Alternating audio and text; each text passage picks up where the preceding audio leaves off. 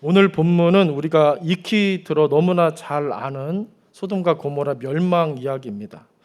그래서 저는 오늘 이 말씀, 이 본문을 더 열심히 최대한 낯설게 새롭게 보려고 노력을 하며 묵상을 했습니다.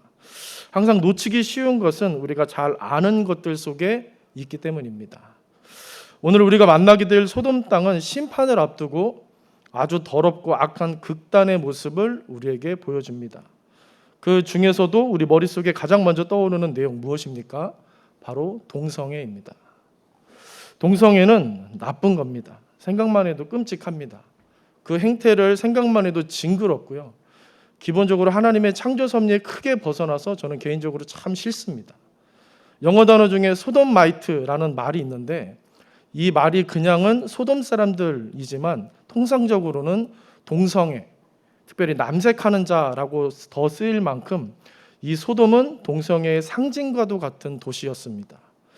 그런데 저는 오늘 본문을 볼수록 이 동성애를 뚫고 들어가 소돔의 깊은 속사를 봐야 한다 생각이 듭니다. 단지 소돔의 심판이 오늘 이 창세기 본문이 동성애 하나로 끝날 내용인가 라고 볼 때 좀 조심스럽지만 아니다 이 생각이 들기 때문입니다. 저는 동성애를 반대하는 기독교 단체들을 보면 이렇게 응원하고 싶은 마음도 있지만 어쩔 때는 좀 위험한 느낌을 받을 때가 있습니다. 이 운동에 참여하는 사람들이 때로는 좀 과하게 의로운 모습으로 비춰질 때가 있기 때문입니다. 그리스도로 하나 되지 못하는 사람들이 동성애 문제로 하나 되는 경우들이 있습니다. 다른 치명적인 죄들에 대해서는 참 너그러우면서 이 동성애 하나만큼은 절대 넘어갈 수 없는, 그러면서 이 동성애만 아니면 다 무죄인 것처럼 하는 그런 모습들이 느껴질 때는 이게 과연 복음인가? 복음적인 건가? 이것이 정말 하나님이 원하시는 정의일까? 그런 생각이 지워지지 않는 것입니다. 그렇다고 절대 동성애의 죄를 희석시키고 싶은 생각은 정말 추호도 없습니다. 제가 아까 말씀드린 것처럼 저는 개인적으로 남자끼리 좋아하고 여자끼리 좋아하는 거 이런 거 정말 싫어합니다. 정말 생각만 해도 끔찍합니다. 여러분들도 그러시리라 생각이 듭니다. 제가 가끔씩 이런 생각을 합니다. 저희 집 가족이 5이고 남자가 4이고 여자가 하나 돼요. 네, 딸이 없습니다. 이 한 명이 여자가 있어서 너무 감사하다 그런 생각을 합니다. 이 여자 한 명 때문에 저희 5명이 잘 살고 있습니다. 이렇게 조화롭다. 참 남자 입장에서 볼 때 여성이라는 존재가 참 이렇게 귀한 거구나. 여자가 너무 좋습니다. 정말 동성애는 생각만 해도 끔찍하고 아까도 계속해서 말씀드린 것처럼 정말 강조해도 지겹지가 않은데 정말로 저는 개인적으로 너무 싫습니다. 그런데 성경을 정밀히 읽다 보면 하나님은 이 동성애보다 더 악하고 근본적인 죄를 말씀하실 때가 많았음을 쉽게 발견하곤 합니다. 저는 여러분들과 오늘 이 부분을 살펴보고자 합니다. 죄와 하나님에 대한 내용입니다. 그리고 또 한 가지 중요한 게 있습니다. 오늘 이야기의 주인공 누굽니까? 롯입니다. 이 롯을 좀 보고 싶습니다. 사람을 주의 깊게 보고 싶다는 말씀입니다. 죄와 은혜도 중요하지만, 죄와 하나님도 중요하지만 하나님은 항상 사람과 인생을 중요하게 여기셨습니다. 여러분 아십니까? 이걸 우리가 놓칠 때가 참 많습니다. 오늘 소돔의 죄와 하나님의 은혜를 살펴보는 데 있어서 롯이라는 사람, 그의 인생이 아주 중요한 역할을 합니다. 그래서 오늘은 이 3가지 롯, 그리고 소돔의 죄, 그리고 마지막으로 그 앞에서 은혜를 베푸시는, 심판하시는 하나님에 대한 말씀을 드리고자 합니다. 첫째는 롯입니다. 첫 절에 보시면 저녁 때 2 천사가 소돔에 왔는데 마침 롯이 여러분 어디에 앉아 있었다고 나왔는지 기억나십니까? 긴 본문을 읽으셨는데요. 롯이 성문에 앉아 있다 그렇게 나옵니다. 당시 성문에 앉아 있다는 말은 관용적인 표현으로 우리가 이렇게 좀 기억할 필요가 있는 의미가 있는데요. 그 지역의 재판관이나 지도자, 그 지역의 유지나 관리에게 쓰는 관용적인 표현이었다고 합니다. 9절에서 소돔 사람들이 롯에게 뭐라고 했었는지 여러분 기억나십니까? 네가 우리의 법관이 되려 하느냐? 이렇게 소리쳤었죠. 이거는 무턱대고 그냥 한 말이 아니었던 겁니다. 이처럼 롯은 이곳 출신이 아니었지만 그곳에서 살면서 어느 정도 성공을 한 모양입니다. 하지만 그가 저녁 시간 성문에 앉아 있다가 2 천사를 보고는 얼른 일어나 절하는 모습, 이런 모습은 무언가 여운이 좀 우리 마음속에 남습니다. 나중에도 보면은 이 천사들은 원래부터가, 여러분들께서 또 길게 읽으셔서 기억나시겠지만, 원래 롯을 찾아온 손님이 아니었고요. 롯에게 하룻밤 지내게 달라고 부탁하지도 않습니다. 3절에 보니까 롯이 오히려 그런 두 천사를 보고는 간청하죠. 내 집에 머물러 달라고. 그렇게 초대를 하는 것입니다. 간청합니다. 이런 모습을 보고 어떤 신학자는 롯이 지금 외로웠을 거다라고 말하기도 합니다. 저녁에 성문에 앉아 성밖을 보면서 소돔에서의 자신의 삶을 좀 낙담하며 아쉬워했을 거다, 이런 설명을 했습니다. 기억하실 텐데 앞으로 가서 창세기 14장에 가보시면 아브라함이 위기에 처한 롯을 구해주는 내용이 있습니다. 엘람 왕 그돌라오멜이 여러 왕들을 이끌고 자신을 배반한 나라들을 공격했었죠. 거기에 소돔과 고모라가 있었고 롯은 소돔에 살고 있었습니다. 그때 롯은 재물을 다 노략당했고 포로로 다른 사람들과 함께 잡혀갔습니다. 이 소식을 아브라함이 듣고 겨우 318명의 군대를 꾸려서 쳐들어갑니다. 그리고는 그돌라오멜의 연합군을 무찌르고 조카 롯을 구해주는 것입니다. 그리고 아브라함 어떻게 합니까? 살렘의 왕이며 하나님의 제사장이라고 일컬었던 멜기세덱을 통해서 하나님께 11조 드리고요, 모든 영광을 하나님께 올려드리면서 그 내용이 끝이 납니다. 롯의 마음속에는 이때 일이 생생했을 것입니다. 나와는 아브라함이, 삼촌이 다른 삶을 살고 있었구나. 내가 더 풍요롭게 보기 좋게 잘 사는 줄 알았는데 그게 아니었구나 싶은 생각이 들었을 겁니다. 롯이 지금 살고 있는 이 소돔 땅은 심판의 천사들이 와야 할 정도로 타락해 있는 것입니다. 더러워진 것입니다. 롯이 지금처럼 높은 위치에 설 정도면 누구보다 이 도시의 생리와 이곳 사람들의 실상을 잘 알고 있었을 겁니다. 그는 세상에서 무언가를 이루었고요, 어느 정도 위치에도 올랐고 또 대가족을 이루었지만 마음 한켠 그 깊은 곳에는 무언가를 크게 놓친 듯한 상하고 공허한 마음이었을 거라는 겁니다. 소설 마지막 잎새로 유명한 오 헨리라는 사람의 다른 소설 낙원에 들른 사람들이라는 단편 소설에 보면 아주 고급스러운 호텔에서 휴가를 보내는 사람들의 이야기가 나옵니다. 모두가 귀족처럼 아무렇지 않게 아주 값비싼 비용을 지불하고 그곳에서 눈부신 휴가를 즐기는데, 알고 봤더니 그 중에서 가장 돋보이는 두 남녀가 사실은 가난한 사람이었습니다.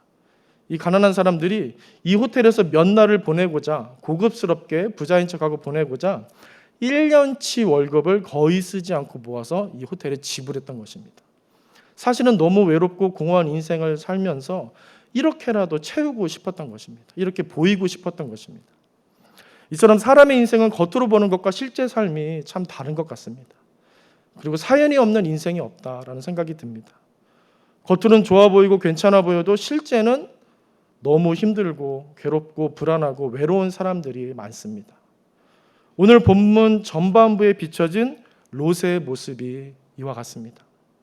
그래서 롯은 천사들을 그냥 지나칠 수 없었던 것입니다. 마치 삭개오가 예수님을 간절히 원했던 것처럼 롯은 그 천사들이 자기 집에 오기를, 자기 인생에 들어오기를 간절히 바라며 간청하고 붙잡았던 것입니다. 믿는 사람이라면 여러분, 이런 감정을 느낄 때 사실 믿음과 신앙이 의심받고 부정당할까 봐 무서워서 내가 집사인데, 내가 권사인데, 내가 목사인데, 이런 마음 때문에 말도 못하고 속으로만 끙끙 앓는 경우가 많습니다. 신앙이 있다는 이유로 더 도움받지 못하고 그래서 고달프게 살아가는 신앙인들이 생각보다 많다, 그런 생각을 하게 됩니다. 저희 교구 성도님들 중에 간혹 이런 어려운 마음을 털어놓는 분들이 계신데요, 고민하면서 망설이시다가 아주 조심스럽게 말을 떼십니다. 저는 이런 분들 만나면 가장 먼저 내뜸하는 말이 괜찮습니다, 이 말입니다. 우리가 다 연약한 인생이기 때문에 충분히 그럴 수 있습니다. 안심하시고 다 말씀하셔도 된다고, 그런 차원에서 이렇게 좀 말씀을 드릴 때가 있습니다. 시편에 보면 그 위대한 다윗은 자신의 가장 약하고 비겁하고 비참한 속사를 숨김없이 다 내보이고 있습니다. 정말 놀라울 정도로 다윗과 그 여러 경건한 시편의 기자들은 감정이 뒤섞인 별의별 말들을 가감없이 다 토해놓습니다. 그런데 더 놀라운 것은 여러분 뭔지 아십니까? 그런 연약한 인생의 별의별 말들, 감정이 뒤섞인 소용돌이 같은 그 모든 말들을 하나님은 다 성경에 담아 놓으셨다는 것입니다.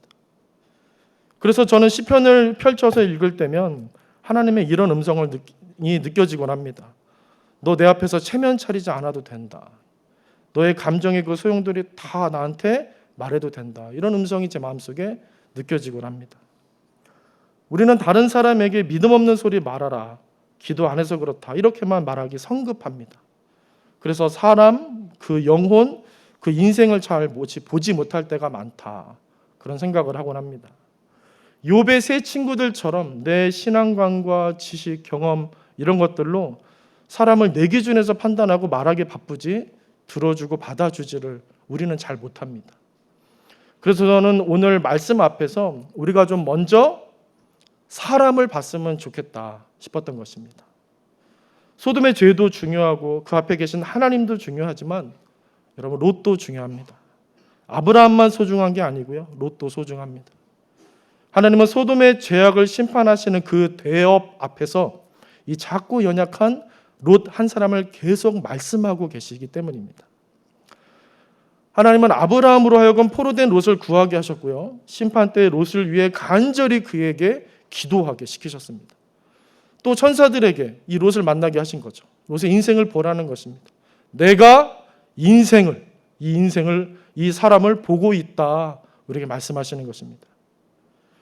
기도도 중요하고 성경도 중요하고 신앙도 교회도 사역도 다 중요하지만 무엇보다 하나님은 먼저 우리에게 사람을 놓치지 말라 하시는 것 같습니다. 하나님은 이처럼 아무리 심판이 급한 상황에서도 천천히 아주 신중하게 기다림 속에서 머무십니다. 단 한 가지, 사람 때문입니다. 영혼 때문입니다.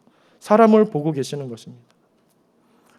우리는 때로는 입버릇처럼 영혼이 중요하다, 사람이 중요하다, 하나님이 보시는 것을 우리도 좀 보자 그렇게 고백하기도 하고 노래 찬양을 하기도 하고 그렇게 하면서 정작 중요한 영혼, 하나님이 주의 깊게 보시는 사람을 놓칠 때가 참 많습니다. 역시 아는 것과 사는 건 다르구나, 그런 좀 겸허한 마음이 드는 것입니다. 저는 각각 초중고를 다니는 세 아들들과 함께 살고 있는데 아이들 얘기를 좀 듣고 싶어서 집에서 거실로 이렇게 부를 때가 있습니다. 그런데 어느 순간 아이들을 불러다 놓고 어렵게 불러다 놓고 식탁에서 아이들 이야기를 들으려고 불렀는데 제가 혼자 말하고 있습니다. 그래서 이러면 안 되지 싶어서 정신을 차리고 신경을 막 쓰면서 다시 열린 질문을 한답시고 열린 질문을 막 나름대로 하는데 그러면 그럴수록 아이들 표정은 더 안 좋아집니다. 사실은 아들들이 지금 어떤 생각을 갖고 있고 어떻게 지내고 있는지 궁금해서 대화를 시도했는데 결국에는 잔소리로 끝이 납니다. 오늘 밤에도 도전해 볼 생각인데요. 이거는 소통이 아니죠. 듣고 말하게끔 하는 게 소통이지 줄곧 해줄 말이 있다면서 말하는 건 잔소리일 뿐이죠. 최악입니다. 내가 아들들을 사랑한다고 생각했는데 요즘은 제 스스로를 의심하기 시작했습니다. 내가 컨트롤러가 되고자 하는구나. 내 생각과 욕심을 아들들한테 주입시키고 있구나 하는 생각이 듭니다. 오늘 하나님은 본문에서 심판의 소돔의 죄악 심판이 시급한 상황에서도 롯을 보고 계시다는 것입니다. 롯을 보고 계신 것입니다.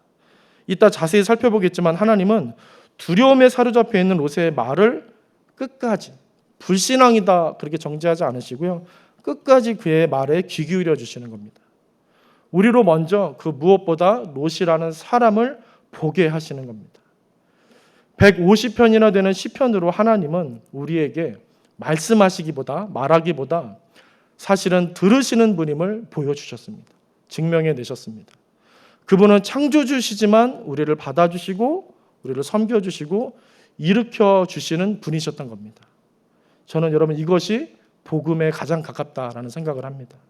영혼을 보는 것, 인생을 보고 사람을 먼저 보는 것, 그것이 복음을 말씀하시는 하나님이십니다.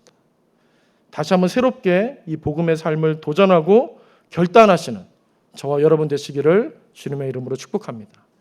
두 번째입니다. 두 번째, 소돔의 죄악입니다. 처음에 말씀드린 대로 남성 동성애를 뜻하는 영어 단어 소돔마이트라는 단어가 있을 정도로 소돔은 악합니다. 악했습니다. 4절에 보니까 롯의 집에 손님이 왔을 때 소돔성 사람들이 노소를 막론하고 원근에서 다 모여 그 롯의 집을 에워싸 쳐들어오려고 했습니다. 이어지는 5절 보니까 그들의 방문 목적이 나옵니다. 뭐였죠? 우리가 그들을 상관하리라. 소돔마이트입니다. 소돔마이트. 곧 동성애입니다. 그리고 이 상황을 대처하는 롯의 행동 어땠습니까? 사실은 참 기괴했습니다. 내 두 딸을 내어줄 테니 대신 내 집에 온 손님들 건들지 말아라 였습니다. 어떠십니까? 정말이지 이해가 안 되는 순간인데 소용이 있을지 없을지 모르겠지만 제가 롯의 변명을 좀 해보고자 합니다. 첫 번째는 아마도 롯은 당시 정혼한 여자를 강간하면 사형이라는 고대 법과 같은 근동 관습이 있었기 때문에 이것을 의지해서 이와 같이 제안하지 않았을까 싶습니다. 설마 사형당할 걸 알면서 내 딸들을 지들이 어떻게 할 수 있을까? 그렇게 생각했을 것으로 보입니다. 두 번째, 설득력이 없죠? 네, 두 번째, 혹은 당시 집에 온 손님을 보호하는 것이 이 고대 근동 사회에서 주인의 엄청난 큰 사명이었기 때문에 당시로서는 지위가 낮았던 딸들을 대신 내어주려고 했던 것이 아닐까 하고 좀 위험하지만 당시로서는 좀 가능해 느껴지는 생각을 해볼 수도 있을 것 같습니다. 역시 여러분 눈빛을 보니까 전혀 설득력이 없습니다. 네, 넘어가시고요.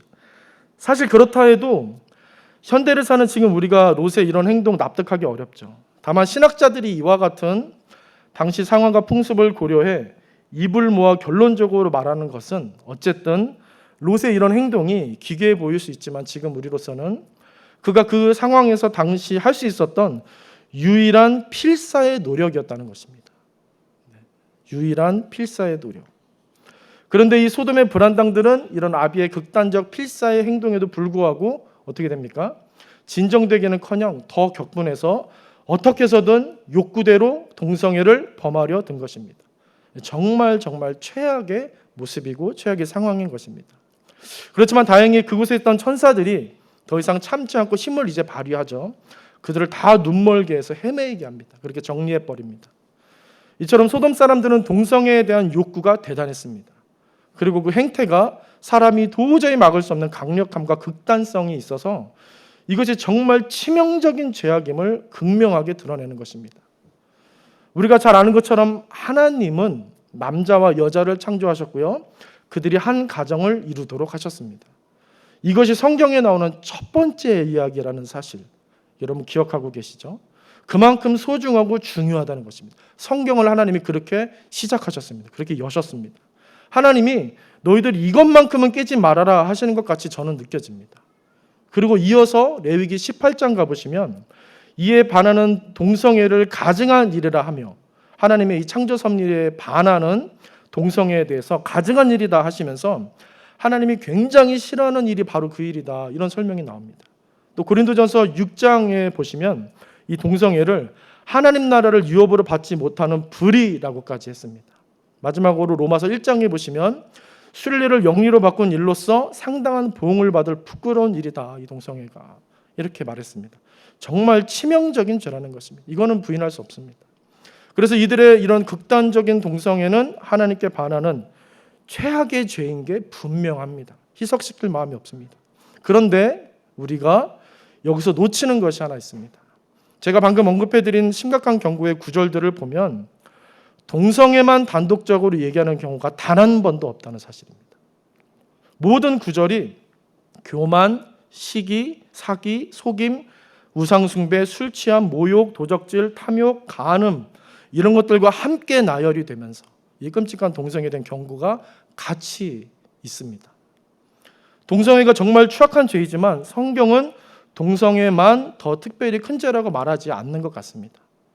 그래서 우리는 동성애를 마주할 때 하나님이 이 죄를 얼마나 혐오하고 싫어하는지를 생각하는 동시에, 그러면서 경계하는 동시에 우리 안에 있는 교만, 시기, 속임, 우상숭배, 술취함, 모욕, 도적질, 탐욕, 그리고 간음의 죄를 떠올리며 예외 없이 함께 우리도 겸허히 회개하는 자세를 가져야 한다라는 말씀을 드리는 것입니다. 가장 위험한 것은 동성애 잘못을 외치며 스스로를 어느 정도 의롭게 깨끗하게 여기는 것입니다. 다시 한번요. 가장 위험한 것은 동성애 잘못이다 그렇게 외치면서 스스로를 어느 정도 의롭게, 나는 동성애자가 아니니까 깨끗하게 여기는 것, 이것이 가장 위험한 것이라는 겁니다. 이런 은연중 생각은 성경과 기독교 역사상 가장 큰 죄라고 말하는 그 죄, 바로 교만의 죄로 우리를 끌고 가기가 쉽기 때문입니다. 여러분, 예수님 생전에 가장 붕괴하시면서 가장 가슴 아파하셨던 죄가 뭐였는지 여러분 기억나십니까? 뭐였습니까? 자기의였습니다. 교만입니다. 이것은 죄에 대해 나는 아니다, 나는 괜찮다라는 그런 모습에서 비롯이 되는 것입니다. 우리는 동성애를 보며 그 속에 있는 추악함을 생각하는 동시에 내 안에도 동일하게 있는 그 악함들을 볼 수 있어야 한다는 것입니다. 그것을 하나님께 솔직히 내어놓을 수 있는 것. 그래서 의로움이 아니라 함께 죄인된 심정으로 하나님 더 의지하고 주의 보혈 더 사모하고 그것이 하나님 앞에서 심판하시면서 그렇게 홀로 의로우신 하나님 앞에서 우리가 할 수 있는 하나님께서 가장 원하시는 모습이라는 것입니다. 이름을 대면 여러분 다 아실 만한 어떤 유명한 목사님이 강단에서 설교 중에 이런 말씀을 하셨습니다. 저도 들으면서 깜짝 놀랐는데요. 자신이 아내뿐 아니라 다른 여자를 볼 때 성적 욕망이, 말도 잘 안 나오네요. 성적 욕망이 느껴질 때가 있다. 네. 잘 이해를 못하신 것 같아 다시 한번 읽겠습니다. 자신이 어떠냐면은 아내를 볼 때뿐 아니라 다른 여자를 볼 때 성적 욕망이 느껴질 때가 있다. 이런 얘기를 설교 중에 툭 하셨습니다. 제가 이걸 찾아보려고 찾은 게 아니라 그냥 이렇게 제가 설교를 듣다가 너무 우연치 않게 듣고 깜짝 놀랐습니다. 굉장히 충격적인 고백을 한 것 같이 좀 느껴졌습니다. 여러분, 이런 말 들으시면 어떠십니까? 아니, 목사님이 어떻게 그런 생각을 할 수 있나, 그런 생각이 드십니까? 저는 한편으로 이런 생각이 들었습니다. 과연 세상에서 그 누가 이 부분에서 자유롭고 의로울 수 있을까? 저는 없을 것 같습니다. 이런 우리의 추악한 본성을 생각하며 우리는 날마다 여러분 어떠해야 될까요? 겸손해야 한다는 것입니다. 할 수 있으면 항상 기도해야 합니다. KOSIS 국가통계 포털 자료라는 곳에서 제가 결혼 관련된 내용을 좀 찾아봤는데요. 우리나라 혼인 건수가 22만 2천 건인데 아마 1년 안에 있었던 내용 같습니다. 이혼 건수가 9만 1천 건이라고 합니다. 거의 반에 해당되는 부분이 지금은 아마 더 많아졌을지 모르겠습니다. 엄청난 비율입니다. 그런데 이혼 전문 변호사들이 하는 말이 하나같이 하는 말이 이혼 전문 변호사들이 그중 가장 큰 사유, 이혼 사유가 무엇이냐면 압도적으로 성격 차이가 아니고 사실은 불륜이라고 합니다. 불륜. 동성애가 공개적으로 드러나는 것을 보고 적지 않은 사람들이 말세다라고 하는 것은 제가 자주 들었는데요. 엄청난 이혼율과 버젓이 일어나고 있는 엄청난 건수의 불륜 사태를 보면서 말세다라고 말하시는 분은 제가 아직 본 적이 없습니다. 동성애자가 아니라고 해서 의롭다거나 자유로울 수 없는 겁니다. 자유로울 수 있다면 그것은 단 한 가지, 그리스도가 이루신 그 공로, 보혈 안에서만 자유롭고 의로울 수 있다는 것입니다. 이것이 우리의 지향점이 돼야지 우리의 지향점이 정죄의 내용으로 가서는 안 된다라는 생각이 드는 것입니다. 구약의 선지자 에스겔이 소돔의 죄악에 대해서 말한 적이 있습니다. 사실 이것을 먼저 좀 말씀드리고 싶었는데요. 에스겔 16장 49절에서 50절 말씀을 여러분 같이 한번 읽어보시겠습니다. 시작.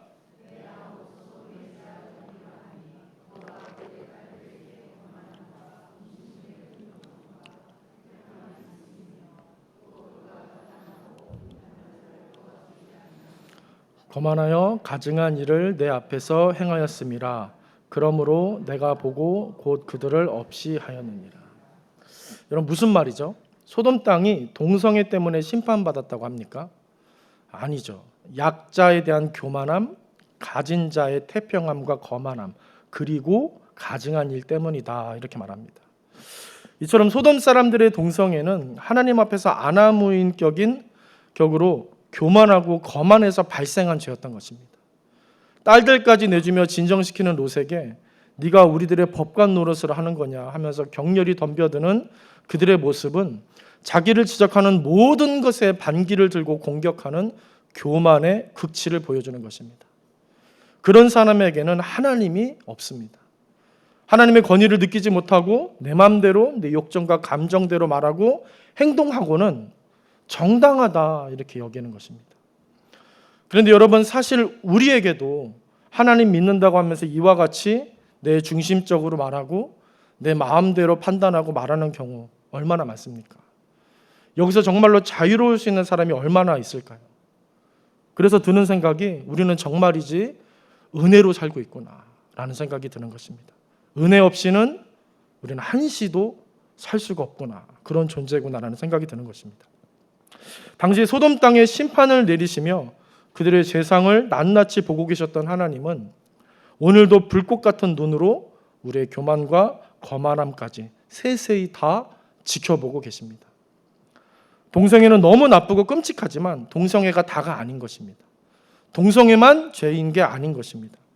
동성애 역시 보다 근본적인 교만이라는 죄에서 나온 가증스러운 것임을 우리가 기억하면서 우리 역시 교만의 노예가 되어서 살고 있지는 않은지, 이 부분에 대해서 하나님과 그분의 말씀 앞에서 우리 스스로를 바라보고 되새기기를 그치지 말아야겠다라는 다짐이 좀 드는 것입니다.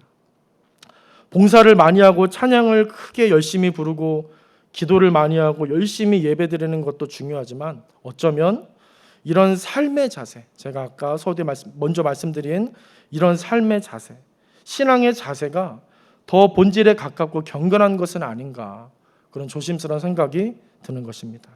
우리 내일교회 성도님들, 오늘 말씀 앞에서 영혼 깊이 묵상하면서 주님께 더 가까이 나아가실 수 있는 그런 시간이 되시기를 주님의 이름으로 축복합니다. 셋째, 마지막입니다. 셋째, 심판하시는 하나님에 대해서 말씀을 드리고 마치겠습니다. 하나님은 소돔의 죄악상을 보시고 심판하려 하셨습니다. 그런데 오늘 19장에서, 오늘 본문 19장에서 이 심판을 결정하고 바로 시행하신 게 아니었습니다. 앞에 18장 가보시면 하나님은 사전에 그 계획을 아브라함에게 숨김없이 다 말씀하고 계십니다. 우리는 이 지점을 가볍게 넘겨서는 안 됩니다. 하나님이 정말 독하게 심판하기로 마음먹으셨다면 과연 이 1급 기밀 정보를 여러분 이렇게 누설하셨을까요? 얘기하셨을까요? 희한하게 하나님은 심판을 앞두고 이 여지를 계속 남겨두시는 겁니다. 구약의 여러 심판들을 보면서 단편적으로만 하나님을 보고는 너무 놀라서 하나님 비난하는 사람들이 많이 있는데요. 저는 오늘 이 악하고 더러운 소돔을 보시고도 바로 심판하지 않으시는 하나님이 이해가 되질 않습니다. 이제 과연 하나님이 어떻게 하시는지를 살펴보기 위해서 다시 앞장인 18장으로 좀 갔다가 오늘 본문 다시 한번 보도록 하겠습니다. 하나님은 심판을 염두하셨고 그 계획을 이 18장 내용에 보시면 아브라함에게 알려주십니다. 뒤로 가서 야고보서에 보시면 아브라함을 가리켜 뭐라고 야고보가 말했냐면 하나님의 벗이다, 하나님의 친구다, 이런 아주 특별한 표현을 아브라함에게 쓴 적이 있습니다. 아마도 하나님이 이렇게 은밀한 속마음까지 다 터놓고 얘기하셨기 때문이 아닐까 싶습니다. 그렇게 했더니 아브라함이 여러분 어떻게 하죠? 23절에 보니까 화면 보시면 아브라함이 가까이 나아가 이르되 주께서 의인을 악인과 함께 멸하려 하시나이까, 그렇게 아브라함이 질문을 던집니다. 아주 유명한 질문이죠. 모세가 출애굽 백성들이 금송아지 우상 숭배한 죄로 광야에서 다 죽게 되자 자기 목숨 걸고 하나님께 살려달라고 그렇게 중보기도 했던 것처럼 아브라함 역시 심판받게 될 소돔 땅의 구원을 위해 하나님께 간청하고 있는 것입니다. 아브라함은 계속해서 하나님께 이어서 기도합니다. 그곳에 여러분 잘 아시는 내용입니다. 의인 50명, 의인 45명, 40명, 30명, 20명, 10명 있다면 멸하시겠습니까? 그래도 멸하시겠습니까? 질문을 하죠. 우리가 잘 알다시피 하나님은 그런 아브라함의 간절함을 보시고 그렇다면 내가 멸망하지 않겠다 대답을 해주십니다. 그런데 여기서 우리가 주목해 봐야 할 부분이 있습니다. 히브리 원문에 보시면 아브라함은 처음 의인 50명과 45명을 얘기할 때는 뭔가 이렇게 확신에 차서 아주 열정적으로 이렇게 말하는 듯한 느낌으로 온전한 문장으로 질문을 합니다. 하지만 그 다음인 의인 40명, 30명, 20명, 10명에 대해 재차 간구할 때는 사실은 히브리 원문을 보니까 미완료, 미완성 그런 문장으로 되어 있습니다. 완벽한 문장으로 되어 있지 않고 이렇게 좀 뭔가 흐릿하게 말을 사실 하고 있는 것입니다. 여러분들 성경책 보시면 그 부분 글씨가 작게 나와 있을 겁니다. 스마트폰으로 말고 실제 성경책을 보시면 29절, 30절, 31절, 32절에 어찌하려 하시나이까 이 말이 작게 표기되어 있는데 원문에 없는 말입니다. 그래서 번역하는 과정에서 작게 이렇게 추가를 해놓은 것입니다. 설명하듯이. 그렇기 때문에 이 9절 히브리 원문을 그대로 직역하면 이렇게 됩니다. 화면을 한번 보시면, 화면에 좀 띄워주세요. 의인 40명이 있다면요. 이게 아닌데요. 의인 40명이 있다면요 하고 점점점 이렇게 되어 있습니다. 의인 30명이 있다면요 점점점점, 의인 20명이 있다면요 점점점점. 그리고 하나님 화내지 마세요. 만약 10명이면요 점점점점. 원래 히브리 원문 이렇게 되어 있습니다. 의인 50명에서 45명까지는 어떻게 당당히 간구해 봤는데 아무래도 아브라함이 볼 때 소돔 땅에 그 정도 의인이 없을 것 같았던 겁니다. 그래서 그 수를 좀 낮춰보려 하는데 스스로 생각해봐도 이건 좀 무리가 있다 싶었는지 40명째부터는 말끝을 흐려가면서 기어 들어가는 목소리로 겨우 말하는 것입니다. 너무 송구한 겁니다. 그런데 이런 간구에 대해 하나님이 어떻게 대답하시냐면 원문과 번역본이 동일한데요. 야, 너 똑바로 말 안 해? 이렇게 안 하시고요. 너 잘 못 들었어? 이렇게 말 안 하시고요. 그렇다면 내가 그 의인들의 수로 그곳을 멸하지 않겠다라고 정확히 온전한 문장으로 대답하십니다. 그래 아브라함아, 의인 10명만 찾더라도 내가 그 10명으로 말미암아 멸하지 않을게. 이렇게 딱 정확하게 온전한 문장으로 대답을 하시는 겁니다. 하나님은 기다렸다는 듯이 아브라함의 기어 들어가는 이 불완전한 구원 요청의 말일지라도 정확히 알아들으시고 너무나 확실하고 분명하고 완전한 문장으로 대답해 내시는 겁니다. 여러분들 생각엔 하나님이 심판을 원하셨다고 생각하십니까? 아니면 구원을 원하셨다고 생각하십니까? 사실 저는 이미 아브라함에게 심판 계획을 털어놓으실 때부터 그분은 심판을 원치 않으셨던 것 같습니다. 아브라함이 당신의 마음을 헤아리고 구원을 위해 기도해 주기를, 그렇게 가까이 나와서 나한테 좀 네가 간청해 줬으면 좋겠다, 그렇게 바라셨던 겁니다. 그리고 다음 장인 오늘 19장에서도 그런 자비의 여호와 하나님이 계속 이어집니다. 본문 보시면 소돔의 불안당들이 롯의 집에 쳐들어왔을 때 하나님의 천사들은 처음부터 능력을 바라지 않죠. 최대한 버티며 기다립니다. 능력이 없어서 가만히 있던 게 아니죠. 참고 참다가 그들이 문 다 부수고 롯까지 헤아려고 하니까 그때서야 그들을 쳐 눈멀게 합니다. 그리고 12절 이하에 보면 롯이 천사들에게 들은 하나님의 심판을 가족들에게 이렇게 말해주는 장면이 나왔습니다. 하나님은 여지를 계속 주는 겁니다. 야, 계속 공유해. 계속 얘기해줘. 빨리 알려줘. 하나님은 어떻게 해서든 심판을 막아보려 하시는 겁니다. 그런데 안타깝게도 14절에 보니까 그의 사위들이 그 말을 어떻게 여겼다고 합니까? 농담으로 여겼다 합니다. 지금 농담할 때가 아닌데 이러고 있습니다. 하지만 하나님은 그런 그들을 또 참으십니다. 이어지는 15절 보니까 천사가 롯을 재촉해서 가족들을 빨리 피신시키라고 요청을 하고 있습니다. 사람들이 살려달라고 하는 게 아니라 하나님이 그들에게 너희 좀 제발 피신해줘라 이렇게 하는 겁니다. 특히 15절 끝에 천사들의 감정선이 나오는데 이 성이 죄악 중에 함께 멸망할까 하노라 이렇게 말합니다. 이 말은 너희들이 심판당할까 봐 내가 너무 걱정된다 이런 뜻입니다. 제발 좀 얼른 피해줘라 이런 의미입니다. 하나님의 마음은 오로지 구원이었던 겁니다. 하지만 롯은 이런 급박함을 잘 몰랐는지 16절에 보니까 이 와중에 지체했다 합니다. 그래서 이제는 천사들도 포기할 만한데 그 다음에 어떻게 하냐면 너무 급한 나머지 천사들이 직접 롯과 가족들 손을 잡아 끌어 성 밖으로 빼냈다라고 합니다. 16절 17절 지금 나와 있는데요. 한번 같이 읽어보실까요? 시작. 그러나 롯이 지체함.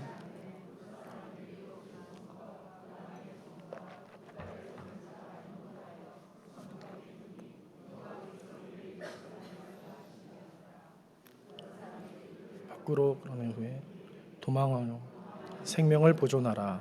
돌아보거나 들에 머물지 말고 산으로 도망하여 멸망함을 면하라. 아멘. 여기에 반복되는 말이 있습니다. 16절에 손을 잡아 인도하여, 17절에 그들을 밖으로 이끌어내요. 그리고 17절에 도망하여 생명을 보존하라. 또 도망하여 멸망함을 면하라. 조금 다르지만 비슷한 표현들이 반복됩니다. 제발 도망쳐서 좀 살아달라는 것입니다. 말로 해서 안 되니까 직접 잡아 끌면서 하나님이 구원을 부탁하시는 겁니다. 그리고 의미심장한 한마디 말씀 16절 끝에 보니까 여호와께서 그에게 자비를 더하셨음이더라. 자비를 더하셨음이더라. 여러분, 이것이 하나님입니다. 하나님은 능력이 있으심에도 구원 앞에서는 무력하신 겁니다. 체면도 내려놓으시는 겁니다. 성경이 말하는 경건은 바로 이것입니다. 고상함, 교양, 체면 이런 거 본질 앞에서는 좀 내려놓을 수 있어야 된다는 것입니다. 이처럼 하나님은 언제까지나 생명과 구원에 눈머셨고요, 은혜로 타올라 계십니다. 어쩔 땐 참 말이 안 되게 행동하시지만 더욱 말이 되고 일이 되게 하시는 겁니다. 이것이 구원과 복음의 신비입니다. 그런데 이게 다가 아니죠. 계속 본문의 이야기를 보겠습니다. 롯과 가족들이 이제라도 말을 좀 들어 먹어야 할 텐데 이어지는 19절 보시면 롯이 이런 하나님의 청을 거부합니다. 무엇 때문이었습니까? 두려움 때문이었습니다. 천사가 롯에게 산으로 가서 피신하라고 했는데 거기까지 내가 갈 엄두가 안 납니다. 좀 가까운 데 가게 해주세요. 그렇게 부탁을 하는 겁니다. 너무 뻔뻔한 상황이지 않나 그런 생각이 들었습니다. 더 이상 어떻게 해주라는 거지 이런 생각이 막 듭니다. 그런 다음 롯이 뭐라고 하냐면 저 가까운 소알성으로 갈 테니 거기서 좀 살려달라고. 작으니까 그거 하나 어떻게 좀 허용해달라고. 소알이라는 말 자체가 이렇게 작다는 뜻이 됩니다. 그랬더니 하나님이 어떻게 하시냐면 마지막 21절에서 22절 보시겠습니다. 보시면 그가 그에게 이르되 내가 이 일에도 네 소원을 들었은즉 네가 말하는 그 성읍을 멸하지 아니하리니 그리로 속히 도망하라. 네가 거기 이르기까지는 내가 아무 일도 행할 수 없노라 하였더라. 그러므로 그 성읍 이름을 소알이라 불렀더라. 그렇게 말합니다. 하나님은 이번에도 롯의 말을 들어주시는 겁니다. 더군다나 안심까지 시키시면서 네가 말하는 그 성읍을 멸하지 아니하리니 그 성에 네가 도착할 때까지는 내가 아무 일도 행할 수 없노라. 그렇게 말합니다. 이쯤 오면 하나님이 어떤 분이시지? 이렇게 좀 헷갈립니다. 저는 여기까지 읽으면서 과연 이 심판의 일이 롯의 뜻대로 되고 있는 건지 아브라함의 뜻대로 되고 있는 건지 과연 하나님의 뜻대로 되는 건 뭐지? 이렇게 좀 헷갈릴 정도입니다. 우리가 다 읽진 않았지만 나중에 29절 보시면요, 하나님이 아브라함을 생각하사 롯을 그 엎으시는 중에서 내보내셨더라. 결국에는 내보내셨더라 나옵니다.